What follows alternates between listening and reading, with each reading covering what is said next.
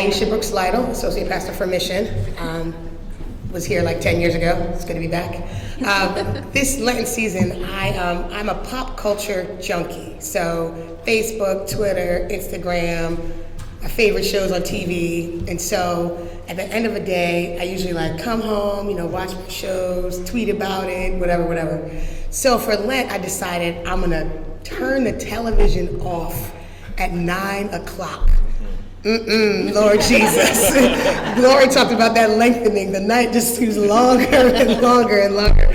But what I noticed is in this transition and coming here, and Carl is also a techno person as well. And so he'll turn off his devices at 9 o'clock. And so much conversation, contemplation, questions, tears, just good, just conversations and thinking and writing have been happening in this Lenten season. So I wouldn't recommend it for the faint of heart, but but I do think one thing Carl said is, I hope that we take some of this, whatever this is that we're doing, at unplugging, whether it's at 10 o'clock or 11 o'clock or something, where we're just connecting with the two of us, or even Ellington, if he's up a little bit, we'll just kind of be in that space. And so it creates space for the mind and the body and the spirit to just process, what has happened today, what is right about today, what is not so great about today, and that kind of God is still in it.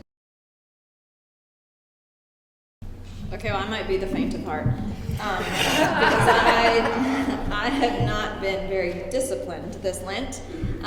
Whether it's lazy or I'm trying to lean on the reformed side of things. Whether it's reformed to think that I have been drawn to that idea that Lent comes from the word lengthening, and that the days are getting longer, but we can't do anything about it, and the flowers are starting to grow, and we don't do much to make that happen.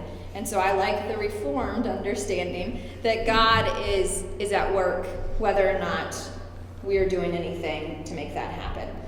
God is sovereign, and God is doing stuff, whether we notice it or not. And so I think I've tried to lean into that trust some this Lent, to try to be more aware of where God is doing things.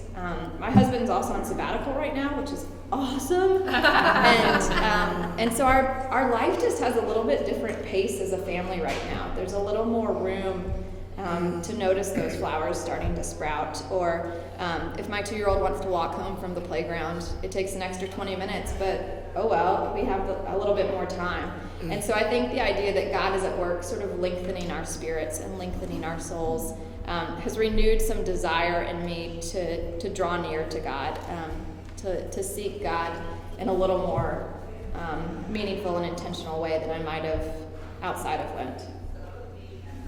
The way that I've experienced God actually dovetails nicely with what Laura was just saying. Some of you who were in my class that I was teaching in the fireside room heard me say that I gave up left lane aggressive driving for Lent. And you all do it.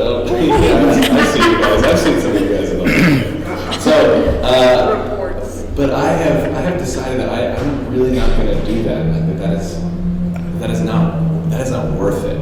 Whatever it is that I'm trying to attain by being in the left lane driving faster, that's not worth it. And so I've been really trying to slow down, drive slower, drive in the right lane, and even if I'm just sitting there behind, Casey, who's just southern driver, his kids, chilling. There is something for me to. It is okay to wait. It's okay to just wait for whatever it is. And then really this left lane driving thing that I've been doing is really some deeper anxiety about me trying to get the thing that I want to get. And really, I can't actually do that. I noticed that I was just in Los Angeles visiting a friend, and he's a crazy driver. And I noticed the difference. I just thought, why was I ever doing this? What is my friend trying to do? So I've experienced God in those times when I thought before that I had to do it. And I'm learning that God is actually at work among us regardless of how fast we drive.